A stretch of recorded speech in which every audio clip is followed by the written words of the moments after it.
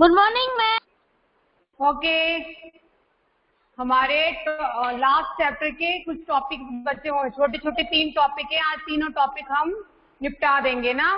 कोई ज्यादा टफ वाले टॉपिक नहीं है, बिल्कुल आसान टॉपिक है ये। कल हमने पढ़ा था क्रिया विशेषण, आज हम पढ़ेंगे संबंध बोधक। ठीक है, यस, टुडेज टॉपिक इज संबंध बोधक। अविकारी शब्द में ही आता है ये संबंध बोधक। संबंध का मतलब क्या होता है बेटा? संबंध मतलब रिलेशन। रिलेशन। यस, संबंध मतलब रिलेशन। तो यहाँ पे रिलेशन किसके साथ बताया जाएगा? किसके साथ रिलेशन होगा? क्रिया के साथ। क्रिया के साथ नहीं बोलेंगे, वाक्य के अन्य शब्दों के साथ, भले ही फिर वो क्रिया है, सर्वनाम है या संज्ञा है ना, तो उनके बीच में रिलेशन बताने वाले वैसे पर्टिकुलरली होता है संज्ञा या सर्वनाम शब्दों के साथ संबंध बताने वाले शब्दों को ही हम संबंध बोधक कहते हैं। ठीक है, जैसे यहाँ पे एग्जाम्पल है, मुकुल छत के ऊपर बैठा है, मिताली ने चाकू के द्वारा तरबूज काटा, कक्षा के भीतर छात्र पढ़ रहे हैं, तेज आंधी के साथ बारिश भी आई। इन तीनों सेंटेंसेस में जो ब्लू वर्ड लिखे हैं उन सब में कॉमन चीज क्या है? कॉमन वर्ड है तो चारों में क्या है वो? के। तो संबंध बोधक में जितने भी शब्द आप ऐड करेंगे उन सब में से, की और के ये ऐड ही रहेगा, ये ध्यान में रखेंगे। संबंध बोधक शब्द भरने के लिए या फिलअप में डालने के लिए जब भी मैं कहूंगी तो आपको उस शब्द के साथ से, की या के जैसा एप्लीकेबल हो, जिस तरह का वहां पे उसका अर्थ हो, उसी तरह से आपको उसको वहां पे लगाना पड़ेगा। जैसे मुकुल छत के ऊपर बैठा है, इससे क्या पता चल रहा है हमें? मुकुल के बैठने का स्थान। मुकुल कहाँ बैठा है? छत के ऊपर। मिताली ने चाकू के द्वारा तरबूज काटा।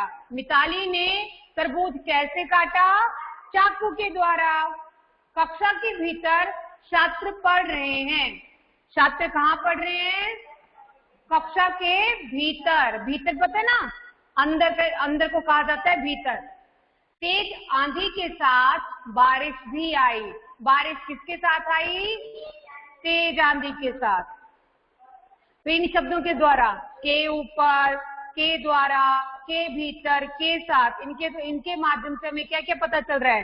के ऊपर से हमें पता चल रहा है स्थान, कि काम कहाँ पे हो रहा है, वो क्रिया कहाँ हो रही है। के द्वारा हमें पता चला साधन का, कि काम जो है वो कौन से साधन के द्वारा किया जा रहा है। साधन है ना वो चाकू, चाकू साधन है वहां पे, तो साधन। के भीतर ये भी स्थान आया फिर से, कि कौन सा प्लेस है, कौन सा स्थान है। फिर लास्ट में के साथ दैट मीन्स कंपेनियन कौन है उसका, सहचर कौन है। बेटा बातें नहीं प्लीज। तो शब्द दो संज्ञा शब्दों के बीच में संबंध बता रहे हैं। ये शब्द क्या बता रहे हैं? दो संज्ञा शब्दों के बीच में संबंध। जैसे छत, चाकू, तरबूज, छात्र, कक्षा, फिर आंधी, बारिश, इनके बीच में वो संबंध बता रहे हैं, इनके बीच में वो रिलेशन बता रहे हैं। ऐसे ही शब्दों को हम कहते हैं संबंध बोधक। क्या कहते हैं? संबंध बोधक। इनमें लिंग, वचन, कारक, काल या कारक के द्वारा कोई भी चेंज नहीं होता। भले वाक्य में लिंग बदल जाए, कारक बदल जाए, वचन बदल जाए, तो ये कभी भी चेंज नहीं होते हैं। सुना है कभी ऊपर का कोई और शब्द? है ना, ऊपरा नहीं बोलते हम, ऊपरी फिर भी हो जाता है वो, कोई और मतलब कुछ कंडीशंस में ऊपरी जरूर बोल देते हैं हम। के द्वारा का कोई और, के द्वारी नहीं बोलते हैं। लड़की के लिए लिख रहे हैं तो के द्वारी कभी नहीं बोल रहे हैं। तो ये शब्द कभी भी चेंज नहीं होते।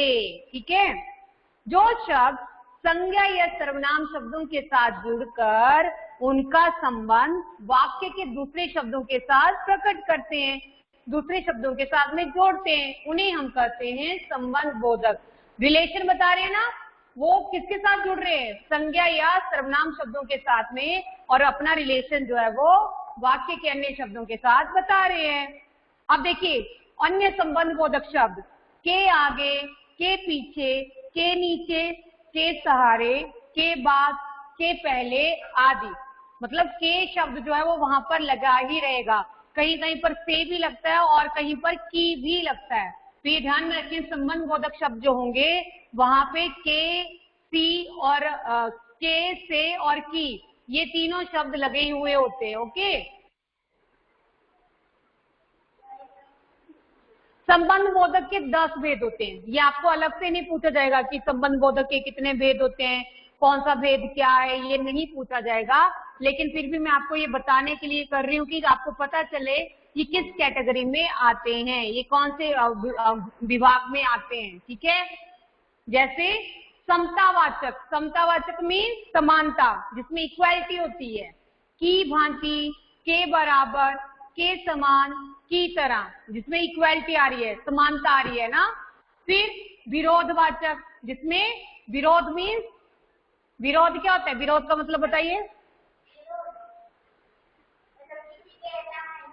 Opposite, against, against, yes, against होना।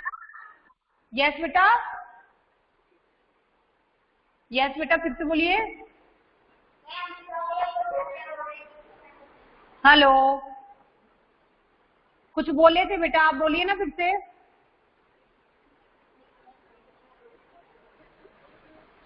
जब हम अगेंस्ट वाले शब्दों को यूज करते हैं ना, जब विपरीत, किसी के विपरीत कोई होता है, के विपरीत, के विरुद्ध, के खिलाफ। फिर है स्थानवाचक, जिससे हमें स्थान का पता चल रहा है कि वो क्रिया कहाँ पे हो रही है, के पास, से दूर, के नीचे, के भीतर आदि। दिशा सूचक, दिशा सूचक मतलब डायरेक्शन का पता चल रहा है, की ओर, दाएं, से सॉरी, की ओर, के आसपास, के सामने आदि। तुलनावाचक में क्या आएगा, तुलनावाचक में कंपैरिजन, है ना, कंपैरिजन हो जाएगा दो लोगों के बीच में, दो वस्तुओं के बीच में। जैसे की तरह, की अपेक्षा, की तरह, की अपेक्षा, ये है तुलनावाचक। फिर हेतुवाचक, के कारण, के लिए, की खातिर आदि। हेतुवाचक मतलब के लिए, जब किसी पर्पस के लिए हम कोई काम करते हैं, है ना, कोई रीजन वहां पे रहता है, तो उसे यहाँ पे आएगा वो हेतुवाचक, के कारण, के लिए, की खातिर। फिर है कालवाचक, कालवाचक में क्या आएगा, समय, से पहले, के बाद, के पश्चात आदि। पृथकवाचक, पृथक का मतलब होता है, पता है आपको पृथक क्या होता है, पृथक होता है अलग होना, ठीक है, बिछुड़ना। पृथकवाचक, से अलग, से दूर, से हटकर। साधनवाचक, के द्वारा, के माध्यम, के सहारे। जो काम हो रहा है किस माध्यम से हो रहा है, किस सोर्स के साथ में हो रहा है, कौन सा मतलब वहां पे माध्यम आया, कौन सा सोर्स आया वहां पे जिसके द्वारा वो काम हो रहा है।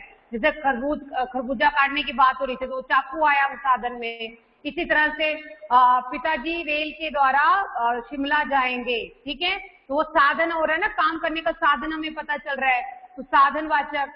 फिर लास्ट वन है संघवाचक, संघ यानी साथ, संघ किसके साथ, के साथ, के संग, समेत, समेत का अर्थ भी होता है के साथ, इसको हमने इकट्ठा कर लिया इसलिए ये बन गया समेत, वैसे इसका एक्चुअल मीनिंग होता है के साथ। संबंध बोधक पदों का प्रयोग सदा के, से, की आदि के साथ किया जाता है। मैंने आपको ये पहले बताया, जब भी संबंध बोधक शब्द हमें किसी फिलअप में भरने के लिए कहा जाएगा तो ये हमेशा ही के, से और की शब्दों के साथ जुड़कर ही लगेंगे, अन्यथा ये विशेषण अथवा क्रिया विशेषण बन जाते हैं कि नहीं। जैसे हमने विशेषण और क्रिया विशेषण, विशेषण क्या था, विशेषण शब्द बोलिए, नहीं बोलते हैं ना आप लोग, विशेषण बोलिए, ऊपर, है ना, ठीक है, ये है विशेषण शब्द। लेकिन जब मैंने इसके ये साथ लगाया तो बना के ऊपर, तब ये कहलाया संबंध बोधक। यदि मैं के नहीं लगाऊंगी तो ये संबंध बोधक नहीं होगा, ये सिर्फ विशेषण ही होगा। ओके, समझ में आ रही मेरी बात। हाँ, और ऐसे ही जैसे यहाँ पे एक वाक्य दिए गए हैं, संबंध बोधक अव्यय संज्ञा सर्वनाम शब्दों के साथ आते हैं परंतु क्रिया विशेषण क्रिया से पहले आते हैं। संबंध बोधक शब्द देखिए किसके साथ आ रहे हैं, संज्ञा या सर्वनाम शब्दों के साथ में। सविता बाहर खड़ी हुई है, क्रिया विशेषण का शब्द है बाहर। क्यों है ये बाहर क्रिया विशेषण क्यों कहेंगे बाहर को हम, हालांकि दूसरे में भी बाहर है, दूसरे वाक्य में भी बाहर है, तो दोनों में डिफरेंस क्या है, बाहर, यस, उसके साथ के लग गया है इसलिए वो आ गया संबंध बोधक में। लेकिन पहले वाले बाहर के साथ से या की या के नहीं लगा है इसलिए वो कहलाएगा क्रिया विशेषण। जैसे सविता बाहर खड़ी हुई है, इसे हम क्रिया विशेषण में लेंगे ना कि संबंध बोधक में। ठीक उसी तरह से घर के बाहर सविता खड़ी हुई है, उल्टा हो गया ना, थोड़ा सा चेंज हो गया, के बाहर। तो जो शब्द संज्ञा या सर्वनाम के साथ लगकर उनका संबंध वाक्य के दूसरे शब्दों के साथ बताते हैं उन्हें हम कहते हैं संबंध बोधक। संबंध बोधक के भेद कितने हैं, हाउ मेनी, 10 है ना, 10 थे। समतावाचक, विरोधवाचक, यस, विरोधवाचक, स्थानवाचक, दिशावाचक, तुलनावाचक, हेतुवाचक, कालवाचक, पृथकवाचक एंड साधन और संघवाचक। ठीक है, ये 10 है। आपको ये याद नहीं करने हैं, आपको ये याद नहीं करने हैं, लेकिन जब ये शब्द आए अगर आपको कोई पूछे तो आपको ये पता न चलना चाहिए किसका सूचक है, ये हमें क्या बोध करवा रहा है, समता का, विरोध का, काल का या स्थान का, ऐसे पता होना चाहिए। लेकिन डेफिनेशन याद करने की जरूरत नहीं है। ओके, ये आपको समझ में आया संबंध बोधक का। संबंध बोधक शब्दों में सिंपल सा इतना सा फर्क है कि उनके साथ से, की या से, के और की लगा होता है, से, के और की। ठीक है, एनी डाउट, देख लीजिए इसमें कोई डाउट बेटा। No ma'am. Hello, okay, no ma'am, तो फटाफट से नोट। हाँ, इस एक्सरसाइज का एक एक क्वेश्चन करेंगे हम अभी ना। निम्नलिखित रिक्त स्थानों में उचित संबंध बोधक भरिए। पहला है कुएं डैश मेंढक उछल रहा है, क्या आएगा, के ऊपर में, कुएं के ऊपर थोड़े ना होते मेंढक, हाँ, क्या आएगा, के भीतर, के भीतर। देखिए भीतर अंदर है ना, इसलिए भीतर आएगा। पिक्चर दी गई है आपकी, वैसे अगर पिक्चर नहीं होती यहाँ पे तो आप के बाहर बोलते तब भी सही हो जाता, लेकिन वहां पे पिक्चर भी दी गई है तो आपको पता होना चाहिए इसको क्या लिखा जाएगा, के भीतर।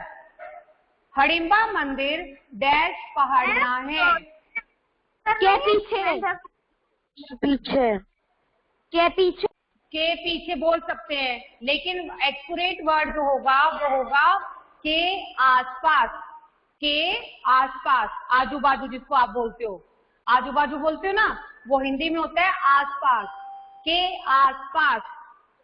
क्वेश्चन नंबर 2, निम्नलिखित संबंध बोधक शब्दों का प्रयोग वाक्यों में कीजिए। के सहारे, मैं अपने साइकिल सहारे के साथ होता है, के साथ। सहारे मतलब किसी चीज का सहारा लेना, डिपेंडेंट होना किसी चीज के ऊपर, वो साथ है।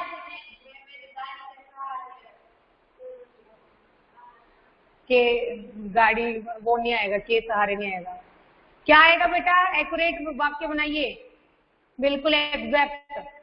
के सहारे मतलब सहारा लेना किसी चीज का, कौन सी चीज का, बोलो बेटा। पुस्तक के सहारे मैंने इस परीक्षा को पास किया। हाँ, हरमन फिर से बोलना बेटा, आवाज कम आ रही है आपकी, पता नहीं क्यों। पुस्तक के सहारे मैं इस परीक्षा को पास किया। ओके, चलेगा। नेक्स्ट, क्वेश्चन नंबर 3 का, निम्नलिखित वाक्यों में से संबंध बोधक शब्द छांटकर उनके भेदों के नाम भी लिखिए। आपको दिए गए वाक्यों में से संबंध बोधक शब्द छांटने हैं, सामने लिखने हैं और उसके बाद उसका भेद का नाम भी लिखना है। तो फर्स्ट वन, मुझे संतरे की अपेक्षा आम पसंद है। की अपेक्षा। यस, की अपेक्षा। और कौन सा हुआ ये, कौन सा भेद हुआ? यस, तुलना है ना। पड़ोसी के घर के बाहर भीड़ लगी है। पड़ोसी के घर के बाहर और स्थानवाचक। यस, वेरी गुड, समझ में आया आपको इसका मतलब ना। निर्देशानुसार 4 संबंध बोधक शब्द लिखिए। ये जो जिस तरह से इन्होंने यहाँ पे दिया गया वैसे वैसे आपको संबंध बोधक शब्द लिखने हैं। स्थानवाचक में क्या क्या आएगा? के पास, के भीतर, के अंदर, के नीचे। यस, के नीचे, के अंदर, के भीतर, के पास। तुलनावाचक में की तरह, की अपेक्षा, की तरह, के जैसे, हाँ, के बराबर। Very good. हाँ बेटा हरमन, आपकी आवाज कम क्यों आ रही है? आप अपना वो माइक चेक कीजिए ना बेटा, वॉल्यूम बढ़ाइए वहां से, आवाज बहुत कम आ रही है। हरमन बहुत कम आवाज आ रही है बेटा, मेरे को फिर ऐ करके देखो सुनना पड़ रहा है। अब आ रही है आवाज? हाँ, बोलो अब।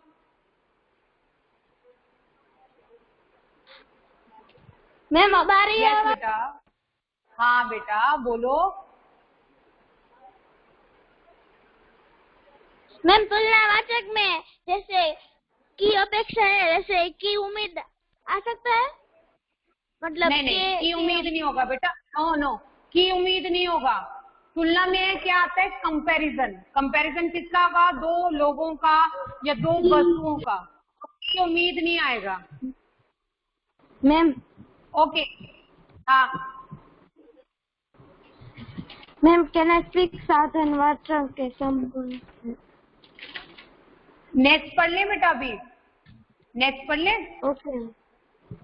हाँ, समुच्चय बोधक। नेक्स्ट पूछूंगी आपसे, आपकी टर्न आएगी फिर। समुच्चय बोधक। Okay ma'am. बेटा आप बात नहीं करेंगे प्लीज, नो प्लीज। समुच्चय बोधक, जुड़ने का बोध करवाने वाले शब्द। समुच्चय बोधक मतलब जुड़ने का बोध करवाने वाले शब्द।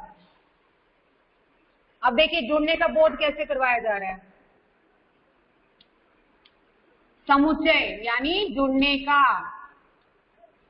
अब जुड़ने का बोध करवाने वाले शब्द कौन से हैं?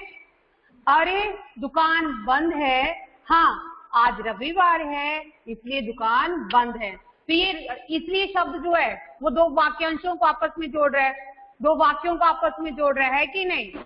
दूसरे में Yes, आप क्या लेंगे, कॉफी पिए या चाय, तुम्हारी क्या इच्छा है? तो यहाँ पे कुछ शब्दों को जोड़ रहा है या, ठीक है।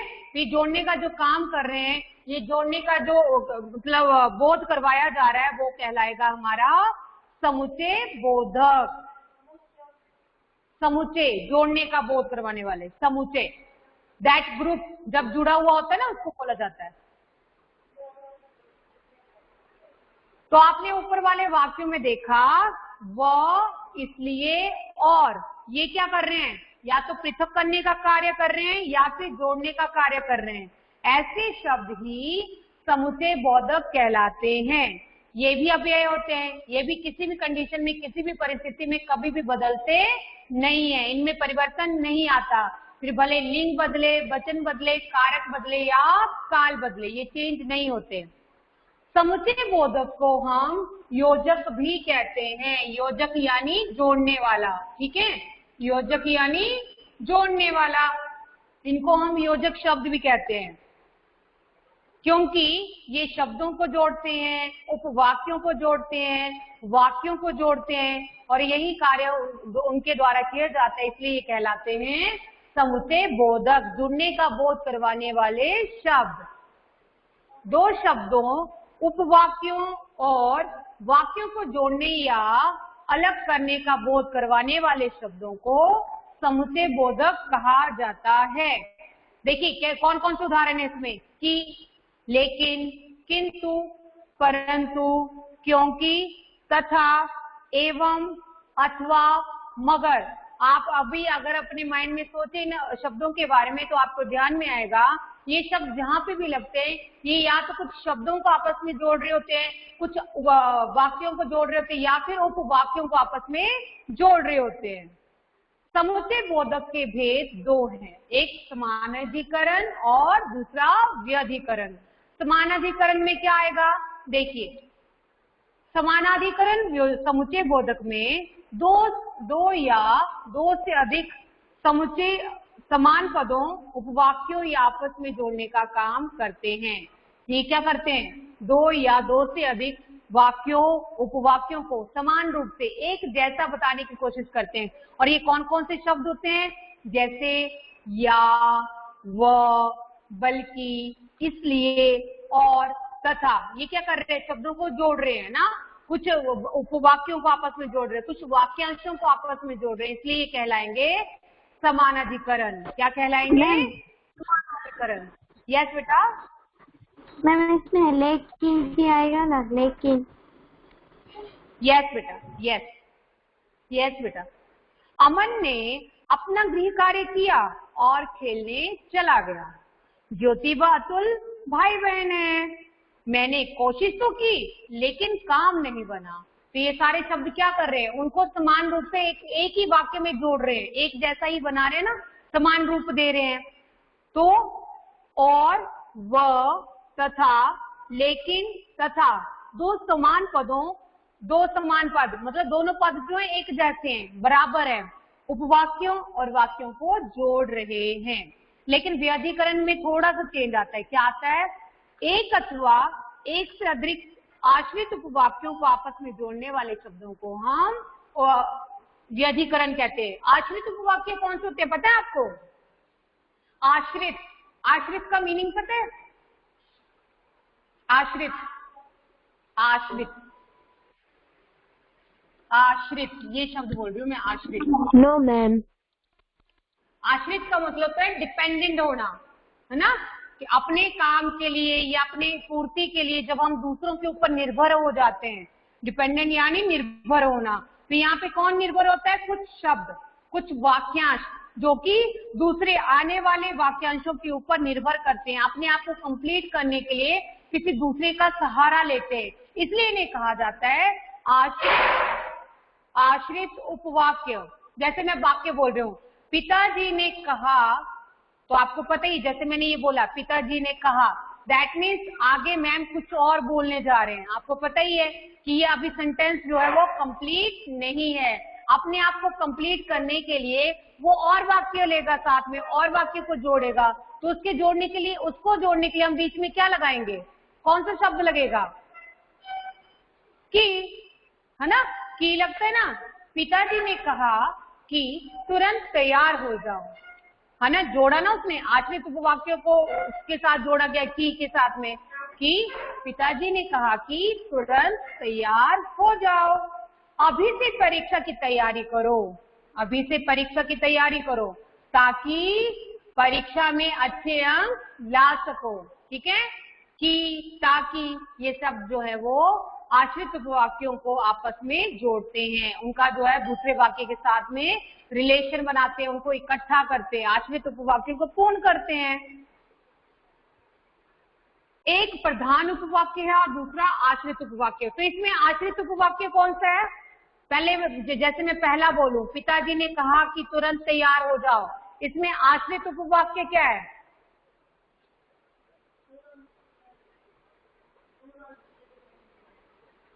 तुरंत तैयार हो जाओ, कौन आश्रित उपवाक्य, कहा, हाँ,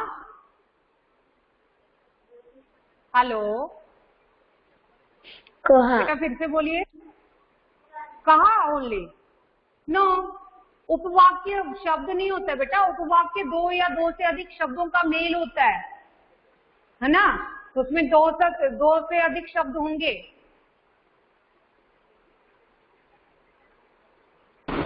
मैम तुरंत तैयार। नहीं बेटा, आश्रित उपवाक्य यहाँ पे है पिताजी ने कहा, पहले में है पिताजी ने कहा, और उसका प्रधान वाक्य जो है वो है तुरंत तैयार हो जाओ। अगर मैं ऐसे बोला तुरंत तैयार हो जाओ तो सेंटेंस अपने आप में कंप्लीट हो जाता है, उसके आगे थोड़े ना कुछ और आएगा क्या?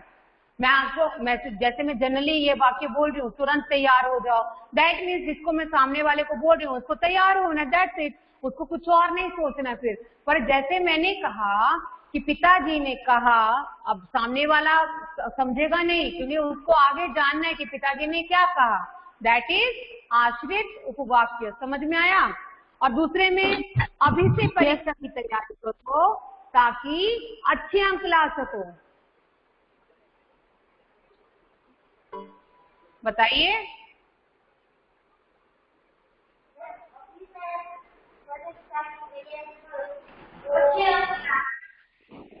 मैम यू क्लास ये है आश्रित उपवाक्य, और अभी से परीक्षा की तैयारी करो ये है प्रधान उपवाक्य। ओके, जो सेंटेंस अपने आप में कंप्लीट होता है, दूसरे के ऊपर निर्बंध नहीं होता है, वो कहलाता है प्रधान उपवाक्य, और जो अपनी कंप्लीशन के लिए, अपनी पूर्ति के लिए, अपने पूरे होने के लिए दूसरे के ऊपर डिपेंडेंट होता है वो कहलाता है आश्रित उपवाक्य। Got it? समझ में आया बेटा? Yes ma'am. ओके, तो दो या दो से अधिक शब्दों, उपवाक्यों या वाक्यों को आपस में जोड़ने अथवा अलग करने वाले शब्दों को ही हम समुच्चय बोधक कहते हैं। इसके मुख्य दो भेद हैं, कौन? समानाधिकरण और व्यधिकरण। समानाधिकरण में क्या होते हैं? समानता लाने वाले शब्द होते हैं, उन शब्दों को, उपवाक्यों को या वाक्यांशों को एक ही समान रूप से लिखने के लिए आते हैं वो। लेकिन व्यधिकरण में क्या होता है? एक आश्रित वाक्य होता है और दूसरा प्रधान उपवाक्य। तो इन्हें समुच्चय बोधक का दूसरा नाम क्या है? योजक। समुच्चय बोधक का दूसरा नाम है योजक। ओके, चलिए निम्नलिखित उपवाक्यों को समुच्चय बोधक शब्दों से जोड़कर एक वाक्य बनाइए। आपको वाक्य बनाना है एक। कैसे? पुलिस ने, यस बेटा यू कैन। पुलिस ने रोहित को कुछ नहीं कहा, वह नेता का भाई है। यस बेटा। पुलिस ने रोहित को कुछ नहीं कहा क्योंकि वह नेता का भाई है। Very good. पुलिस ने रोहित को कुछ नहीं कहा क्योंकि वह नेता का भाई है। सेकंड, सौरभ ने समझाया बात मत बढ़ाओ। सौरभ ने समझाया कि बात आगे मत बढ़ाओ। यस, वेरी गुड, बात मत बढ़ाओ। क्वेश्चन नंबर 2, रिक्त स्थानों में उचित समुच्चय बोधक भरिए। रिक्त स्थानों में आपको उचित समुच्चय बोधक भरना है। तो समुच्चय बोधक को भरते हुए आपको ध्यान में रखना है कि वो शब्द क्या क्या होते हैं ना, वो आपको याद होना चाहिए। या, और, तथा, किंतु, परंतु, लेकिन, फिर, कि, इसलिए, ये शब्द जो है वो हमारे समुच्चय बोधक में आते हैं। तो वाणी, तुम सोना चाहती हो, डैश खेलना चाहती हो। अथवा या, अथवा भी, यस, या अथवा दोनों लिखोगे, दोनों राइट है। आज मैं मैच देखने जाऊंगा, डैश मैंने जल्दी काम खत्म कर लिया। इसलिए, यस, इसलिए। आज मैं मैच देखने जाऊंगा इसलिए मैंने जल्दी काम खत्म कर लिया है। निम्नलिखित समुच्चय बोधकों से एक एक वाक्य बनाइए। जैसे पहला है लेकिन, बनाइए वाक्य। विकास ने कोशिश तो की लेकिन पास ना हो सका। यस, वेरी गुड, बोलो। और चलो, अच्छा, अब क्योंकि से बताइए। Yes, very good. Kapil yes बेटा, नाम बोलिए ना साथ में। कपिल यस बेटा। वकील साहब से मिला क्योंकि उसे कानूनी मदद चाहिए थी। आप बुक से देख के बोल रहे हो ना बेटा? अगर आपके पास आंसर है तब भी आपको अपने से बोलना है। यस बेटा, यू कैन। यस बेटा, यस बेटा।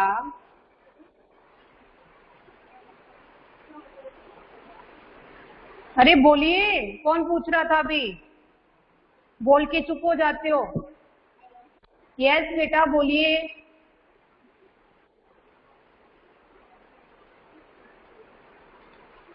चलिए, तो ये आप लोग कर लेंगे। अब लास्ट टॉपिक है हमारा विस्मयादि बोधक। पता है ना आपको, कंजक्शंस जानते हैं सभी? यस कंजक्शंस के बारे में जानते हैं सभी? Yes ma'am. हिंदी में भी पढ़ी है, इंग्लिश में भी पढ़ी है ना? पढ़ी है ना दोनों में? कल मैंने इसका पूरी आंसर की भेजी हुई है, चैप्टर नंबर 14 की पूरी आंसर की आपको भेजी हुई है। तो प्लीज वहां से रेफर कर लेना अगर आपको कुछ समझ में ना आए तो। पहले आपको खुद से ट्राई करनी है। Okay ma'am. ओ कितनी गर्मी है, अरे तुम यहाँ कब से खड़े हो, छी छी तुम्हारे जूतों में कीचड़ लगा है। तो यहाँ पे उफ, अरे, छी छी, ये क्या बता रहे हैं? ये शब्द क्या बता रहे हैं बेटा? मेरी एक्सप्रेशन बता रहे हैं, फीलिंग्स बता रहे हैं ना, किसी को कैसा महसूस हो रहा है, तो वो शब्द ये बता रहे हैं। जैसे मैं बोलूं उफ, तो उफ से क्या होगा? उफ मतलब क्या हो रहा है उसे? दुखी, गर्मी हो रही है। गर्मी हो रही है, दुखी हो रहा है वो। फिर अरे तुम यहाँ कब से खड़े हो? किसी ने काम बिगाड़ा हो तो ऐसे डांटते ना, अरे तुमने क्या कर दिया। नहीं बेटा, यहाँ पे हैरानी है ये। अरे तुम यहाँ कब से खड़े हो, हैरानी हो रही है ना? हैरानी है बेटा यहाँ पे, क्योंकि क्वेश्चन भी पूछ रहा है और साथ ही हैरानी भी हो रही है। हैरानी आश्चर्यसूचक। Ma'am I doubt can I tell? छी, गंदा, घृणा, नफरत, है ना? नफरत जहाँ पे होती है, घृणा जहाँ पे होती है, वहीं पे हम ये शब्द यूज करते हैं। हमारे मुंह के एक्सप्रेशन भी चेंज हो जाते हैं ना, छी छी, ऐसे नाक भी आते हैं, मुंह भी। हेलो मैम, आई डाउट मैं can I tell you? Hello, please अपने माइक बंद कीजिए, बिना बात के जो ऑन है। काव्य आप पूछिए, क्या पूछ रहे हो?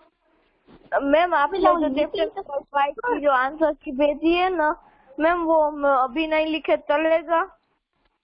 हाँ, मैं अभी लिखने के लिए नहीं बोल रही, वो सिर्फ आपके रेफरेंस के लिए। अभी सिर्फ एग्जाम के ऊपर फोकस कीजिए, जब एग्जाम ओवर हो जाएगी उसके बाद। Okay ma'am. हाँ बेटा, ओके। तो विस्मयादि बोधक क्या होता है?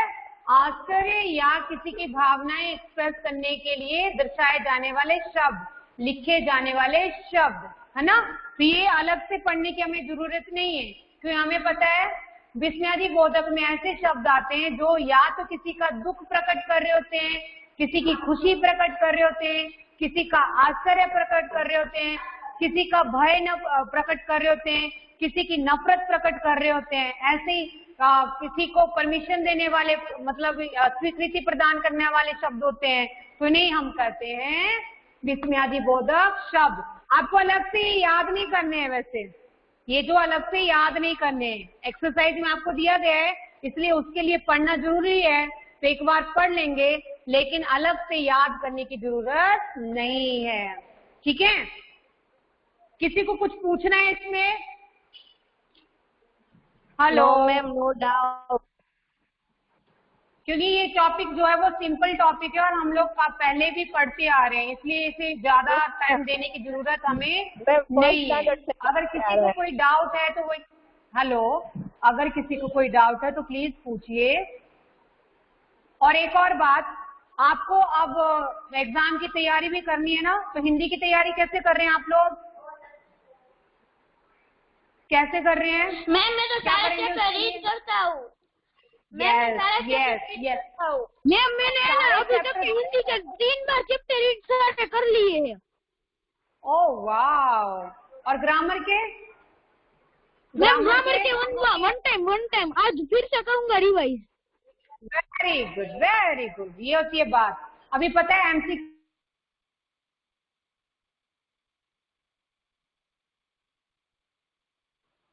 Ma'am your voice is not coming. Ma'am, you are stuck in the screen. Hello, ma'am.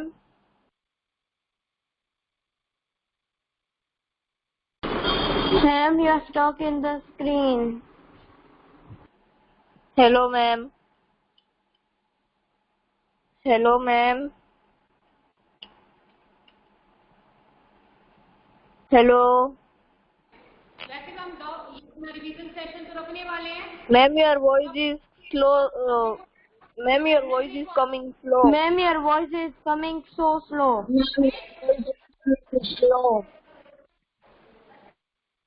Ma'am, your voice is coming. Thursday को है Ma'am, your voice is coming very low. Revision class. Ma'am, your voice is coming so slow. Hello ma'am आपकी आवाज बहुत slow आ रही है। Ma'am, now. Yes, now. Ma'am now Okay. It's okay.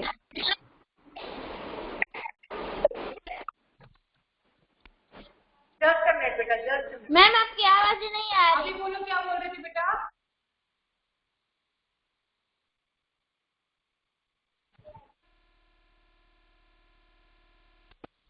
Hello ma'am your voice is not coming. Hello बेटा, फिर से बोलिए। हाँ अभी आ रही है ना। मैम आप चिपक गए हो, आपका वीडियो स्टक हो गया। अरे मेरी आवाज तो आ रही है ना बेटा। हाँ मैम अब आ रही है। ओके अब आ रही है। बेटा, मैंने क्या बोला, आपको हिंदी से रिलेटेड कोई भी डाउट हो तो आप मुझे पूछ सकते हो, ठीक है। एक रिवीजन क्लास तो होगी आपकी वेडनेसडे को, उसके बाद भी अगर आपको कोई डाउट हो तो आप मुझे पूछ लेना, ठीक है। चलो bye everyone, take care, have a nice day. Bye ma'am. Just a minute, जाना नहीं, अटेंडेंस लेनी है मुझे। Okay ma'am. बेटा रुको, जाना मत। ओके आपकी अटेंडेंस बाकी है, अटेंडेंस बाकी है।